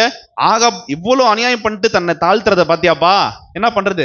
மனசுல தாழ்த்திட்டான். போய் நம்ம அவனை மன்னிப்போம் அப்படின்னு சொல்லிட்டு என்ன பண்றாரு? மன்னிக்கிறார். அடுத்த தலைப்பு எழுதிக்கங்க. ஒருவர் தங்களை தாழ்த்தும் பொழுது கர்த்தர் அந்த தீமை செய்யாதபடிக்கு காப்பாற்றுகிறார். 2 நாளாகமம் 12ஆம் அதிகாரம் 6ஆம் வசனம் 7ஆம் வசனம். அப்பொழுது இஸ்ரவேலின் பிரபுக்களும் ராஜாவும் தங்களை தாழ்த்தி கர்த்தர் நீதியுள்ளவர் என்றார்கள். அவர்கள் தங்களை தாழ்த்தினதை கர்த்தர் கண்டபோது கர்த்தருடைய வார்த்தை தீர்க்கதரிசியாகிய செமாயாவுக்கு உண்டாகி அவர் சொன்னது அவர்கள் தங்களை தாழ்த்தினார்கள். ஆமென். அவர்கள் தங்களை தாழ்த்தினார்கள். ஆகையால் அவர்களை அழிக்க மாட்டேன். ஆமென். கரங்களை தட்டுவோமா? ஆகையால் அவர்களை அழிக்க மாட்டேன். என் உக்கிரம் சீஷாக்கை கொண்டு எருசலேமில் ஊற்றப்படாதபடிக்கு அவர்களுக்கு கொஞ்சம் சகாயத்தை ஆமென் அவர்களுக்கு கொஞ்சம் சகாயத்தை கட்டளையிடுவேன் என்று கர்த்தர் சொல்கிறார். அல்லேலூயா. சகாயத்தை கட்டளையிடுகிறாராம். நல்லா நீங்க யோசிச்சு பாருங்க. இருதயத்துல தாழ்த்துனோன உடனே பாருங்க செமாயா தீர்க்கதரிசிட்ட போய். அதுக்கு முன்னாடி இந்த அதிகாரத்தை நீங்க மேல வாசிச்சு பாத்தீங்கன்னா பலிபீடங்கள்ல இது பண்றானுங்க, ஒரே விக்கிரக காரியமா வரும். ஆனாலும் பாத்துக்கங்க, எல்லாம் நீங்க நல்லா கவனிக்கணும். இருதயத்துல தாழ்த்தினாங்க, ஒண்ணுமே செய்யவே இல்லை. 6ஆம் வசனம் பாருங்க. பிரபுக்களும் ராஜாவும் தங்களை தாழ்த்தி கர்த்தர் நீதியுள்ளவர் என்றார். தாழ்த்துறதுன்னா என்ன நினைக்கிறீங்க சொல்லுங்க? தாழ்த்துற என்ன? அது அவ்வளவு பெரிய மேட்டரா? உங்களுக்கு தெரிஞ்ச என்ன தாழ்த்தினா என்ன? நீங்க எப்படி தாழ்த்துவீங்க? 100-1000 பேத்துக்கு அன்னதானம் போட போறீங்களா? அதான் தாழ்த்துறதா? சொல்லுங்க, என்ன தாழ்த்துறது? அட சொல்லுங்க, சத்தமா சொல்லுங்க. தாழ்த்துறதுனா ஓனருக்கு ஃப்ரீயா வேலை செஞ்சு கொடுக்குறீங்களா? தாழ்த்துறதுனா என்ன தாழ்த்துறது? அட நீங்க ஓப்பனா, நீங்க ரொம்ப பெருசாலாம் சிந்திக்காதீங்க, சிம்பிளா யோசிங்க. நீங்க எல்லாம் பிஎஸ்டி படிச்சவங்க உட்காந்துருக்கீங்க இங்க, என்ன சிம்பிளா யோசிங்க. அவரு கர்த்தரை உயர்த்துறது ஒண்ணு. 2வது நம்ம சைட்ல இருந்து தாழ்த்தி அப்படின்னா ரொம்ப சிம்பிளா யோசிங்களேன். நம்மளை தாழ்த்துறது தான் தாழ்த்தின்றது. ஆமாவா இல்லையா? நம்மளுடைய இருதயத்துல ரொம்ப பணிவா நடந்துக்கிறது. பெருமை இருக்கக்கூடாது, கோபம் இருக்கக்கூடாது. ஆண்டவர் சமூகத்துல ஆண்டவரே நான் ஒண்ணுமே இல்லப்பா, நான் தூசியும் சாம்பல்னு சொல்லி ஆபிரகாம் சொன்னது போல நம்ம இருதயத்துல ரொம்ப ஹம்பிளா இருக்கோம்ல, இதான் தாழ்த்தி. நான் முந்தானத்து திருப்பூர் போயிட்டு வந்தேன். முந்தானத்து ஒரு வேலையா திருப்பூர் போயிட்டு வந்தேன். காலைல போயிட்டு நைட்டு வந்துட்டேன். அதுல அப்ப பாத்தீங்கன்னா பஸ்ல 2 பேரும் சந்திச்சேன். ஒருத்தர் பாத்தீங்கன்னா வருவாய்த்துறை ஜீப்ல இறங்கினார். ஒரு நல்லா யங் வயசு, ஒரு 32-33 வயசு தான் இருக்கும். வயது ஆள் நல்லா சூப்பரா இருந்தாரு. கண்ணாடி போட்டு இருந்தாரு. ஜீப்ல இறங்கினாரு. பஸ்ல உட்காந்து சைட்ல பார்க்கற போலீஸ் ஜீப்ல இறங்க கூட இருக்க 2 ஒரு போலீஸ் யூனிஃபார்ம்ல இருக்காப்ல. இவரை மேல விட்டுட்டு சல்யூட் அடிச்சுட்டு போறான். உட்காந்துருக்க அசால்ட்டா 3 பெரிய சீட்ல உட்காந்துருக்காரு. அவரு பக்கத்துல 2 கிராமத்துல இருந்து 2 வயசான 2 தாத்தா மாதிரி இருக்காங்க. எல்லாம் அழுக்கு வச்சு கேட்டு உட்காந்துருக்காங்க. அவரு நினைச்சா அவரு ஏசி பஸ்ல போலாம். அவர் இந்து மனுஷன், அவ்வளவு தாழ்மையா இருக்கு. அவர் ஒரு பெரிய வருவாய்த்துறையில வண்டியில போட்டுருந்துச்சு. என் பக்கத்துல நான் 2 பேர் சீட்ல உட்காந்துருந்தேன். என் பக்கத்துல பாத்தீங்கன்னா ஜிஎஸ்டி ஆபீசர், இடின்னு சொல்லுவாங்க. யாராவது ஊழல் பண்ணாங்க அப்படின்னா இடி அனுப்பிடுவாங்க போலீஸ். அவங்க தான் போய் அந்த எவ்வளவு வருமானத்துக்கு அதிகமா சொத்து சேர்த்து வச்சிருந்தாங்கன்னா அந்த இடி அனுப்பி அவங்கள சேஸ் பண்ணுவாங்க. அந்த இடி ஆபீசர், ஜிஎஸ்டி ஆபீசர் பக்கத்துல உட்காந்தார். இவரும் அவ்வளவு தாழ்மையா இருக்காரு. பஸ்ல வரவங்க லேடிஸ் எல்லாம் பேக் எல்லாம் கொடுக்குறாங்க, அழகா வாங்கி மடியில் அடிக்கிட்டாரு. ஒரு 4-5 பேக் அடிக்கிட்டாரு. அவரு ஒரு பேக் வச்சிருக்காரு. அவங்க 2 பேரும் பேசுனாங்க. பக்கத்துல பேசி கொடுத்தாங்க, பேசினாங்க. நீங்க என்ன சார் பண்றீங்கன்னு விசாரிச்சாங்க. இல்ல நான் சொன்னேன், அவங்க சொன்னாங்க 2 பேருமே கவர்மெண்ட் ஆபீசர். ஆனா அவ்வளவு ஆளை பார்த்தா தெரியவே இல்லை, அவ்வளவு ஒரு தாழ்மையா இருக்காங்க. ஒரு இந்து மனுஷனா இருந்தாலும் இருதயத்துல எவ்வளவு தாழ்மையா இருக்காங்கன்னு யோசிச்சு பார்த்தேன். ஓப்பனா கேட்டேன், சார் நீங்களாம் இங்க இந்த பஸ்ல வரவே கூடாது, நீங்க எப்படி வரீங்கன்னா, இதனால என்ன சார் இருக்கு, நம்மளாம் மனுஷங்க தானே, பொறுப்பு இன்னைக்கு வரும் நாளைக்கு போகும், நம்மளாம் மனுஷங்க தானேன்னு சொல்லிட்டு அவர் பிஸ்கட் கொடுத்தாரு எனக்கு. நான் போர்பன் பிஸ்கட் கொடுத்தேன். எல்லாம் பேசிட்டே வந்தோம், 3 பேர் பேசிட்டே வந்தோம். அவர் அந்த சீட்டு, இங்க நாங்க நம்பர்லாம் ஷேர் பண்ணிக்கிட்டோம், 3 பேரும் நம்பர் ஷேர் பண்ணிக்கிட்டோம். அப்ப பாத்துக்கங்க எதுக்கு சொல்ல வர அப்படின்னா, எவ்வளவு ஒரு தாழ்மையுள்ள இருதயத்தோடு இருக்காங்க. அவங்கள நான் உண்மையா அவங்களுக்காக நான் ஆண்டோட நன்றி சொன்னேன். இப்படிப்பட்ட ஒரு இருதயத்தை கொடுத்து, அந்த என் பக்கத்துல உட்காந்த இடி ஆபீசர் வந்து பிஷப் காலேஜ்ல தான் படிச்சிருக்காரு. நான் கிறிஸ்டியன்ஸ்க்கு வந்து பிரேயர் நடக்குமா, வாரத்துல 2 நாள் பிரேயர் நடக்குமா. அது கிறிஸ்டியன்ஸ்க்கு பிரேயர் தனியா, நான் கிறிஸ்டியனுக்கு, கிறிஸ்தவர்கள் அல்லாதவர்கள் வந்து விருப்பப்பட்ட ஜெபம்லான்னு சொல்லி தவறாம வாரத்துல 2 நாள் இவர் தான் பாட்டு பாடி பிரேயர் பண்ணுவாராம். இந்து, அவர் கையெல்லாம் கட்டிருக்காரு. ஆனாலும் சொல்றாரு, பிஷப் காலேஜ்ல நான் அங்கதான் சார், நான் கிறிஸ்டியன் பிரேயர் மீட்டிங்ல நான் வாரத்துல 2 நாள் நான் பிரேயர் நடத்துவேன் சார். நான் இந்து தான், எனக்கு பிரேயர் பண்ண தெரியாது, ஆனாலும் நான் போய் எப்படியாவது அவங்க பண்றதெல்லாம் கவனிச்சிருந்து நான் போய் அடுத்த நாள் நான் பிரேயர் பண்ணுவேன் அப்படின்னு நம்பர்லாம் ஷேர் பண்ணிருக்கேன். நம்ம பாஸ்டர் நம்பர் கூட கொடுத்துருக்கேன். நல்லா தெரிஞ்சுங்க என்ன சொல்ல வர அப்படின்னா, இருதயத்துல ரொம்ப தாழ்மையுள்ளவர்களா, இதான் தாழ்த்துறதா, இதான் தாழ்த்தி சொன்னல, தாழ்த்தி அந்த அந்த அதுக்கு உதாரணம் நான் சொன்னேன். செயல்கள்ல நம்மளுடைய நடக்கையில, பேச்சுல, குமாரத்தி ஹீல்ஸ் போட்டு ஒய்யாயிரமா நடந்து, கண்களால் மறுட்டி, கழுத்தை நிறுத்தி நடந்தால், நிறைய வசனங்கள் இருக்கு. யேசுரன் கொளுத்து போய் உதைத்தான், இந்த மாதிரி ஏகப்பட்ட காரியங்கள் இருக்கு. ஒய்யாரமாய் நடந்து தங்கள் கால்களில் சிலம்பு ஒலிக்க தெரிகிறார்கள், தங்கள் கால்களில் ஜால்ரா கொலுசை போட்டுக்கிட்டு ஜல்லு ஜல்லு என்று திரிகிறார்கள். ஆதலால் ஆண்டவர் சீயோன் குமாரத்தின் உச்சந்தலையை மொட்டையாக்குவார். சீயோன் குமாரத்தின் உச்சந்தலையை மொட்டையாக்குவார். இந்த மாதிரி மத்த வசனங்கள்லாம் உங்களுக்கு உதாரணத்துக்கு நான் அதை சொல்ல, நான் அந்த மாதிரி தெரிந்த வசனங்களை பேசாம தெரியாத சில வசனங்கள் உங்களுக்கு சொல்லணும் தான். யார எதை பத்தி சொன்னேன், மண் பலிபீடத்தை சொன்னேன், ஆகப்ப சொன்னேன். அவ்வளவு அநியாயக்கிரமம் பண்ணியிருக்கான். ஒரு ஜெபம் பண்ணி தாழ்த்தினோன்னா உடனே தூக்கிட்டு ஓடிட்டார். யார்கிட்ட? எலியாட்ட. பாத்தியா எப்படி ஜெபம் பண்றதெல்லாம் பண்ணிட்டு ஜெபம் பண்றான், பாத்தியா தாழ்த்திட்டான் பாரு, என்ன பண்றது அப்படின்னு. அதே மாதிரி அடுத்தது என்ன பார்த்தோம், செமாயாட்ட போயிட்டாரு. அடுத்தது எங்கேயாவது யாராவது தாழ்த்தினா போதும் உடனே மன்னிச்சிடுறாரு. அப்ப நம்ம ஆண்டவருடைய இருதயத்தை நல்லா நம்ம புரிஞ்சுக்கணும். அவர் தான் தெளிவா சொல்லிட்டாரு, என்னிடத்தில் தாழ்மையை கற்றுக்கொள்ளுங்கள். நீங்க ரொம்ப சிம்பிள், ஆண்டவர் உங்களை உயர்த்தணுமா, தாழ்த்துங்க. இது உங்களுக்கு தெரிஞ்ச விஷயத்த சொல்லணும் அப்படின்னா எடுத்து வாசிக்க வேணாம். தெரிஞ்ச விஷயத்த சொல்லணும்னா யோவான் ஸ்நானகனை சொல்லலாம். ஏசப்பாக்கே ஞானஸ்தானம் கொடுத்தவன். ஆனா பார்த்தா என்ன சொல்றான், தூரத்துல இருந்து வரும்போது இதோ உலகத்தின் பாவங்களை தீர்க்கக்கூடிய தேவ ஆட்டுக்குட்டின்னு சொல்லிட்டு, அது நான் கோகாத்தை பத்தி சொன்ன ஞாபகம் இருக்கா? அவன் என்ன, ஒரு நாள் யோவான் ஸ்நானகனை பத்தி செய்தி யூடியூப்ல இருக்கு, நீங்க போய் பாருங்க. அவன் யாரு, அவன் எந்த கோத்திரத்துல வரவன், ஆடை பழுது பாக்குறவங்க. பழைய பாட்டு காலத்துல பலி செலுத்துவாங்களா ஆடு, அந்த ஆடை பலி செலுத்தும் போது இந்த கோகான் இந்த கோகான் அவங்க அந்த கோத்திரம் தான் என்ன வேலை அவங்களுக்கு அப்படின்னா, ஆடு பலி செலுத்த வரும்போது அந்த ஆடுக்கு வந்து பழுது இருக்கா பழுது இல்லையா, சொட்டையா இருக்கா, இந்த மாதிரி ஊனமா இருக்கா அப்படின்னு செக் பண்ணி நல்ல ஆடா தான் பார்த்து ஆண்டவருக்கு பலி செலுத்த அனுப்புவாங்களாம். அந்த சந்ததி யாரு, யோவான் ஸ்நானகன். அவன் சொல்றான், ஆடை தேர்ந்தெடுக்கிறான், இதோ உலகத்தின் பாவங்களை தீர்க்கக்கூடிய சுமது தீர்க்கிற தேவ ஆட்டுக்குட்டின்னு ஆட்டுக்குட்டியை தேர்ந்தெடுக்கிறான். தேவ ஆட்டுக்குட்டியை தேர்ந்தெடுக்கிறான். அப்பேற்பட்ட ஆளு சொல்றான், அவருடைய பாதரட்சியின் வாரை அவிழ்க்கிறதுக்கு கூட நான் பாத்திரம் அல்ல. அல்லேலூயா. அவர் பெருகவும் நான் சிறுகவும் வேணும்னு சொல்றான். யோசிச்சு பாருங்க, ஏசப்பாக்கை ஞானஸ்தானம் கொடுத்தவங்க, அவன் தீர்க்கதரிசி, எவ்வளவு பெரிய ஆள் அவன். ஆண்டவரே சொல்றாரு அவனை உயர்த்துற, அவனை பத்தி சொல்றாரு, யோவான் ஸ்திரீகளுக்குள்ளே யோவான் தீர்க்கதரிசியை போல ஒரு தீர்க்கதரிசி உண்டா அப்படின்னு சொல்லிட்டு புகழ்ந்துட்டு பின்னாடியே ஒரு அர்த்தம் சொல்றாரு, மனசுல தாழ்த்துறவன் பரலோக ராஜ்யத்தில் யோவானை விட பெரிய ஆளா இருப்பான்ட்டார். யோசிச்சு பாருங்களேன், அவ்வளவு இருதயத்துல தாழ்த்துறவங்களை ஆண்டவர் அவ்வளவு இம்பார்ட்டன்ஸ் கொடுக்குறாரு. அவரு நல்லா நீங்க புரிஞ்சுக்கணும், நீங்க கர்த்தரை எப்படி விரும்புறாருன்னா தாழ்மையை விரும்புறாரு. ஒரு சில பேர் வந்து பண்றது எல்லாமே அக்கிரமா அநியாயம், அவ்வளவு அநியாயம் பண்ணுவாங்க. குடும்பமா கர்த்தரை தேட மாட்டாங்க, பிள்ளைகள் எல்லாம் ஆண்டவர்களை வழிநடத்த மாட்டாங்க, ஜெபம் பண்ண மாட்டாங்க, ஜெபத்துக்கு நேரத்துக்கு வர மாட்டாங்க, எந்த பிறையிலையும் கலந்துக்க மாட்டாங்க. ஆனா ஆண்டவர்கிட்ட வந்து புலம்பி தள்ளுவாங்க, ஆண்டவரே உங்களுக்கு கண்ணு இருக்கா, மூக்கு இருக்கா, வாய் இருக்கா, நீங்க எப்படி பண்ணிட்டீங்களே, பார்த்துட்டு விட்டுட்டீங்களே, ஆமண்டவர் மனுஷரை திட்டுற மாதிரி திட்டி தீப்பாங்க. ஆனா அதே ஒரு இடத்துல இருதயத்துல தாழ்மையோடு, ஆண்டவரே நான் ஏன் மேலதான் இந்த தப்பு, இந்த காரியம் வந்தது, இப்ப ஏற்பட்ட ஒரு தண்டனையை அனுபவிக்கிறது என்னால் வந்ததுன்னு சொல்லி அதெல்லாம் நீங்க கவனிக்கணும். நெகேமியா தீர்க்கதரிசியை நீங்க எல்லாம் பார்த்தா நீங்க அழகா வாசிக்கலாம். நெகேமியா எஸ்ரா, நெகேமியா தீர்க்கதரிசிங்க நீங்க வசனம் தானே, நான் சொல்ல தெரிந்த வார்த்தைகள் நம்ம பேச வேணாம், தெரியாத வார்த்தைகள் பேசலாம். தெரிந்த வார்த்தையில நெகேமியா தீர்க்கதரிசியை நீங்க அதெல்லாம் நீங்க எடுத்து பார்த்தீங்க அப்படின்னா, நானும் என் தகப்பன் வீட்டாருமோ பாவம் செஞ்சோம். தப்பு செஞ்சது ஊர் மக்கள், ஜனங்களுடைய பாவம் செஞ்சதுனாலதான் ஆண்டவர் அடிச்சு அடுத்த தேசத்துல போய் அடிமையா விட்டாரு. ஆனா எப்படி தெரியுமா ஜெபம் பண்றாரு? நானும் என் தகப்பன் வீட்டாருமோ பாவம் செய்தோம், எங்களை மன்னிங்க ஆண்டவரே அப்படின்னு சொல்லி வேண்டுதல் செய்கிறார். யார் ஒருவர் அப்படி தாழ்த்தி ஜெபம் பண்றாங்களோ அவங்கள மேலதான் கர்த்தருக்கு பிரியமா இருப்பார். பெருமை இல்லவர்களுக்கு தேவன் எதிர்த்து நிற்கிறார். தேவன் எதிர்த்து நின்னார்னா நிக்க முடியுமா? நமக்கு எகுத்தாப்புல ஏசப்பா எதிர்த்து நின்னா நிக்க முடியுமா? நிக்க முடியாது.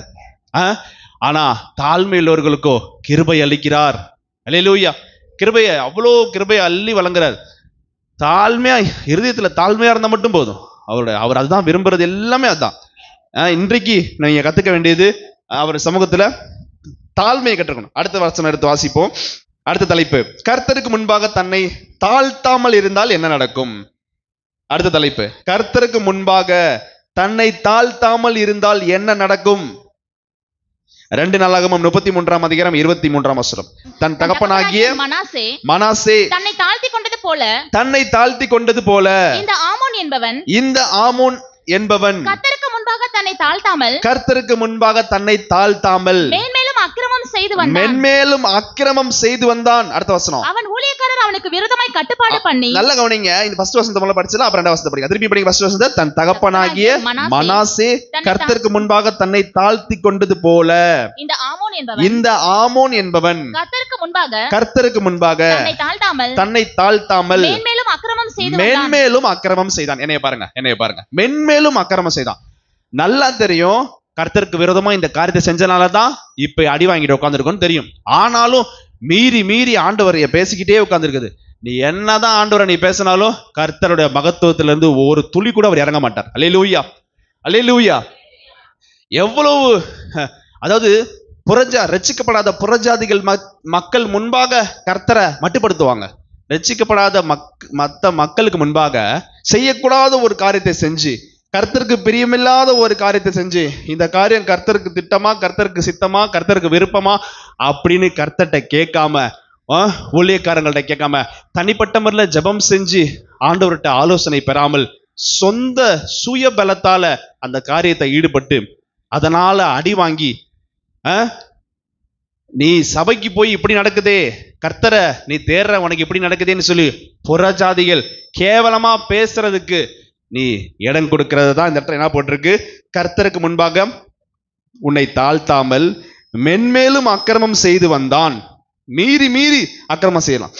தப்ப உணர்றதே கிடையாது. ஒரு சில பேர் தப்ப உணரவே மாட்டாங்க. இப்படி சொல்லலாம். ஒரு சில பேர் என்ன சொல்லுவாங்க, நான் பிடிச்ச முயலுக்கு 3 கால்னு சொன்னா கூட பரவாயில்லக்கா, நான் பிடிச்சது முயலே இல்லைன்றாங்க. அட்வான்ஸா 1 கால்ல 2 கால்னு சொன்னா பரவாயில்லையா, நான் பிடிச்சது முயலே இல்லைன்ட்டாங்க. அப்ப நல்லா கவனிச்சுங்க, ஒத்துக்கணும். கர்த்தருடைய சமூகத்துல என்றைக்குமே தப்ப ஒத்துக்கணும், மனசுல தாழ்த்தணும். அவன் மென்மேலும் அக்கிரமம் செய்து வந்தான். அடுத்த வசனம் 24ஆம் வசனம், அவன் ஊழியக்காரர் அவனுக்கு விரோதமாய் கட்டுப்பாடு பண்ணி அவன் அரண்மனையிலே அவனை கொன்று போட்டார்கள். அடுத்து என்னை பாருங்க, அடுத்த வசனம் படிக்கூடாது. என்னை பாருங்க, இப்படி விரோதமா கர்த்தருக்கு பிரியமில்லாத காரியத்தை செஞ்சு அக்கிரமம் மீறி செஞ்சனால தெளிவா போட்டிருக்கு, அவனுடைய கூட இருக்கவங்களே ஆண்டவர் எழுப்பி விட்டார். அவன் கூட இருக்கவங்களே எழுப்பி விட்டு அவனுக்கு விரோதமாக செஞ்சு அவனை கொன்று போட்டார்கள். அல்லேலூயா. அப்ப கர்த்தருக்கு முன்பாக என்ன தலைப்பு பார்த்தோம்? கர்த்தருக்கு முன்பாக தன்னை தாழ்த்தாமல் இருந்தால் என்ன நடக்கும்? உன் கூட இருக்கிறவர்கள் உன்னை கொன்று போடுவார்கள். அல்லேலூயா. வராதே அல்லேலூயா. பாதிக்கிற மாதிரி பாயிண்ட் வந்தா எப்படி அல்லேலூயா வரும்? நீங்களும் நல்லவங்களாச்சே, நீங்க தைரியமா அல்லேலூயா சொல்லலாம். இந்த தவறுகளும் செஞ்சது கிடையாது, தைரியமா அல்லேலூயா சொல்லுங்க. அல்லேலூயா. வாய் வலிக்குதா? சத்தமா அல்லேலூயா. நல்லா கவனிச்சுங்க. உதாரணத்துக்கு உங்களை நான் 4 பேரை சொல்றேன். டைம் இருக்கு, 5 நிமிஷம் இருக்கு எனக்கு. உதாரணத்துக்கு தாழ்த்தினவர்களை கடைசியா 4 பேரை சொல்றேன். பழைய ஏற்பாட்டுல 2 பேரு, புதிய ஏற்பாட்டுல 2 பேர். பழைய ஏற்பாட்டுல எடுத்துங்க, மோசேயும் யோசேப்பும். பழைய ஏற்பாட்டுல பாத்தீங்க, மோசே யாத்திராகமம் 3ஆம் அதிகாரம் 11ஆம் வசனத்தை போட்டிருக்கு. யாத்திராகமம் 3ஆம் அதிகாரம் 11ஆம் வசனத்தை போட்டிருக்கு. அப்பொழுது மோசே தேவனை நோக்கி பார்வோனிடத்துக்கு போகவும் இஸ்ரவேல் புத்திரரை எகிப்திலிருந்து அழைத்து வரவும் நான் எம்மாத்திரம். அல்லேலூயா. தாழ்த்துறான் பாருங்க. அதுக்கு முன்னாடி போட்டிருக்கு, மோசே வாக்கிலும் செயலிலும் வல்லவன் போட்டிருக்கு. திக்கு வாயும் வந்த நாவினா நீங்க திக்கி பேசுவான்னு நினைச்சுக்கூடாது. அப்படிலாம் கிடையாது. அப்படிலாம் பைபிள் எங்கேயுமே போடக்கூடாது. அவன் அப்படி தன்னை தாழ்த்திக்கிறான். இதே வார்த்தை தான் போட்டிருக்கு. எகிப்திலே சகல காரியங்களையும் வல்லவனா இருந்தானா, வாக்கிலும் செயலிலும், பேசுவதிலும் செயலிலும் வல்லவனா இருந்தானா. திக்கு வாயும் வந்த நாவுன்றது ஏன் அப்படி ஆயிடுச்சுன்னா, 40 நாள் ஆடு மேய்க்க போயிட்டான் சார். 40 வருஷம் ஆடுங்கள்ட்ட பேசினோன்னே இப்ப கூடுவாங்கல்ல, எல்லாம் கூட்டு என்ன பண்ணிச்சு, மனுஷங்கள்ட்ட பேசுறதே மறந்து ஆடுக்கு போயிட்டான். அதனாலதான் நான் சொல்றேன், எனக்கு முன்ன மாதிரி ஸ்பீடா வர மாட்டேங்குது ஏசப்பா. ஆடுகளோட நான் 40 வருஷம் பேசினோன்னே சொந்தக்காரங்க ஆயிட்டாங்க. ஆடுங்களுக்கு சொந்தக்காரங்க ஆயிட்டோன்னே என்னால மனுஷங்கள்ட்ட ஸ்பீடா பேச வர மாட்டேங்குதுன்ற. அதுதானே தவிர அவன் வாக்கிலும் செயலும் வல்லவனா இருந்தான். அல்லேலூயா. தன்னை தாழ்த்துறான். நான் ஏமாத்திரம் அப்படின்னு தாழ்த்தனாலதான் ஆண்டவர் அவனை அவ்வளோ பெருசா உயர்த்துறார். அல்லேலூயா. பழைய ஏற்பாட்டுல மோசே பார்த்தா, 2வது யோசேப்பு. உங்களுக்கு நல்லா தெரியும், பார்வோன் ராஜா பெரிய கனவு கண்டாரு. அந்த கனவுக்கு அர்த்தம் சொன்னோன்னே ஆதியாகமம் 41ஆம் அதிகாரம் 16ஆம் வசனத்துல போட்டிருக்கு. ஆதியாகமம் 41:16 போட்டிருக்கு. அப்பொழுது யோசேப்பு பார்வோனுக்கு பிரதியுத்தரமாக, நான் அல்ல, தேவனே பார்வோனுக்கு மங்களமான உத்தரவு அருளி செய்வார். அல்லேலூயா. நான் அல்ல. நம்மள என்ன படிப்போம், நான் தான் சார். யார் அவன்? நான் தான் சார். அவன் நான் தான் இருப்பாங்க. ஆனா இங்க எல்லாம் தெளிவா போட்டிருக்கு, நான் அல்ல. பேசுறது வேணா என் வாயா இருக்கலாம், ஆனா வார்த்தை நான் இல்ல சார், ஆண்டவருடைய வார்த்தை. அல்லேலூயா. நான் அல்ல, கர்த்தரே தேவனே பார்வோனுக்கு மங்களகரமான வார்த்தையை அருள் செய்வார். அல்லேலூயா. ஆதலால் இந்த காரியத்தை போட்டிருக்கு. அப்ப பழைய ஏற்பாட்டுல மோசேவும் யோசேப்பையும் பார்த்துட்டோம். புதிய ஏற்பாட்டுல 2 பேரை பார்த்துடலாம். பேதுரு.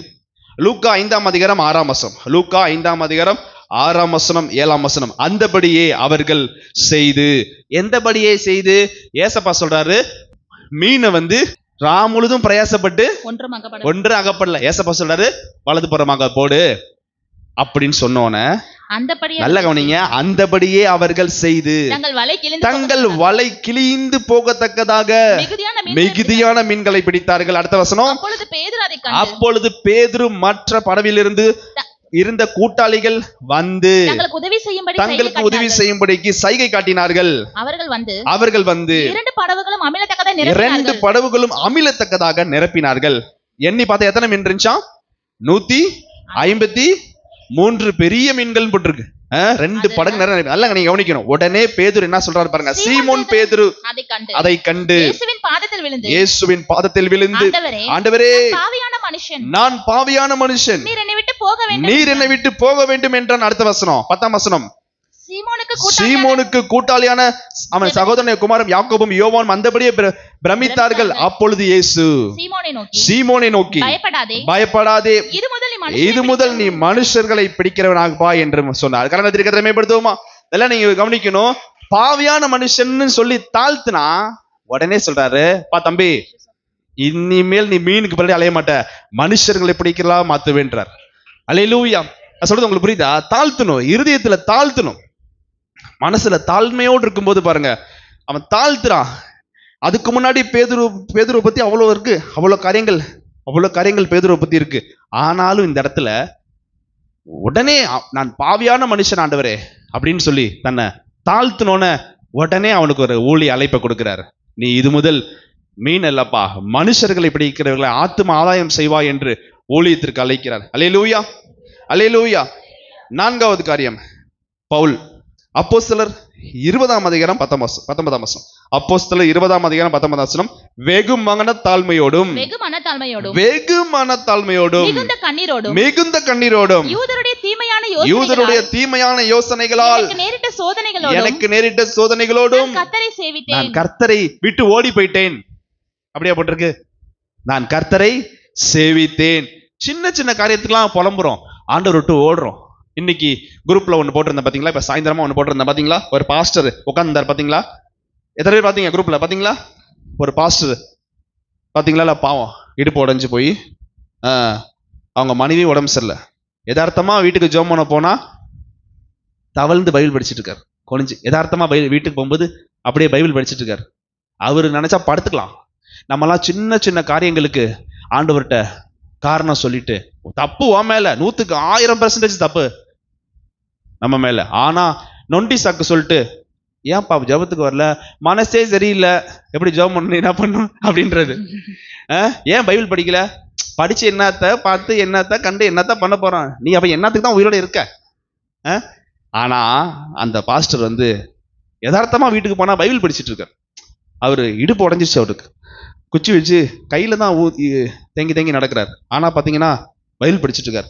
காரணம் அதான் இங்க போட்டிருக்கு பாருங்க, ஆண்டவரை ரொம்ப நேசிக்கிறாங்களா, ரொம்ப ஆண்டவரோட ரொம்ப ரொம்ப க்ளோஸா இருந்துட்டு, இப்படி வச்சுக்கலாம், உலகத்துல உங்களுக்கு சொல்ற மாதிரி புரியுறேன், நமக்கு ரொம்ப பிடிச்சவங்க என்னதான் நமக்கு தப்பு செஞ்சாலும் என்ன பண்ணுவோம், மன்னிச்சு நம்ம ஏத்துக்குவோம். உலகத்துல சொல்றேன். அப்ப யாரெல்லாம் ஆண்டவரோட ரொம்ப ஐக்கியமா ரொம்ப க்ளோஸா ஏசப்பாவோட ரொம்ப உறவோடு அப்படி இருக்காங்களோ அவங்களால எந்த சூழ்நிலை வந்தாலும் ஏசப்பாவை ஜெபம் பண்ணாம இருக்கவே முடியாது. அல்லேலூயா. எல்லாத்தையும் தெளிவா அந்த இடத்துல போட்டிருக்கு, வெகு மனத்தாழ்மையோடும், கொஞ்ச கண்ணீர் இல்லப்பா, மிகுந்த கண்ணீரோடும், யூதருடைய எல்லா தீமையான யோசனைகளால் எனக்கு நேரிட்ட சோதனைகளோடும். நான் ஆண்டவரை சேவிச்சுக்கிட்டு தான் இருக்கேன். ஏன்னா எனக்கு என்னென்ன பிரச்சனைகள் இருக்கு, ரொம்ப மன டிப்ரெஷனா இருக்கேன், ரொம்ப கண்ணீர், எப்ப பார்த்தாலும் கண்ணீர், மிகுந்த கண்ணீரோடு, யூதருடைய தீமையான யோசனைகளால் எனக்கு நேரிட்ட சோதனைகளோடும், இவ்வளோ பிரச்சனையிலையும் நான் கர்த்தரை சேவிக்கிறேன். கரங்களை தட்டி கர்த்தரை மேம்படுத்துவோமா? கர்த்தரை சேவிக்க, நம்ம எவ்வளோ பிரச்சனையில இருந்தாலும் கர்த்தரை நம்ம சேவிக்கணும், கர்த்தரை நம்ம தேடணும். ஏன்னா பவுலால தேடாம இருக்க முடியாது. அடிச்சு மண்டையை உடைச்சி ரத்தத்தை ஊத்தி தெருமுனையில போய் கட்டி போட்டாலும் அங்கேயும் பாடுறான்.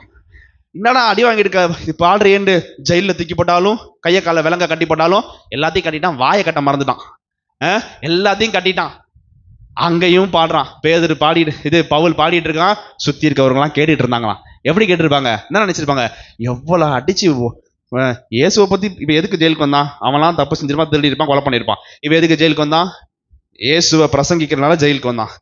இங்க வந்து பாடுறான், என்ன நினைச்சிருப்பாங்க எல்லாம், டேய் அப்படி என்னடா இருக்கு அதுல, அடி வாங்கி இப்படி அப்பயாவது தெரிஞ்சுட்டீங்களாடா, பாட்டு பாடிட்டு இருக்கானுங்க பாரு, ஜெபம் பண்ணிட்டு இருக்கானுங்க பாரு அப்படின்னு சொல்லியிருப்பாங்க.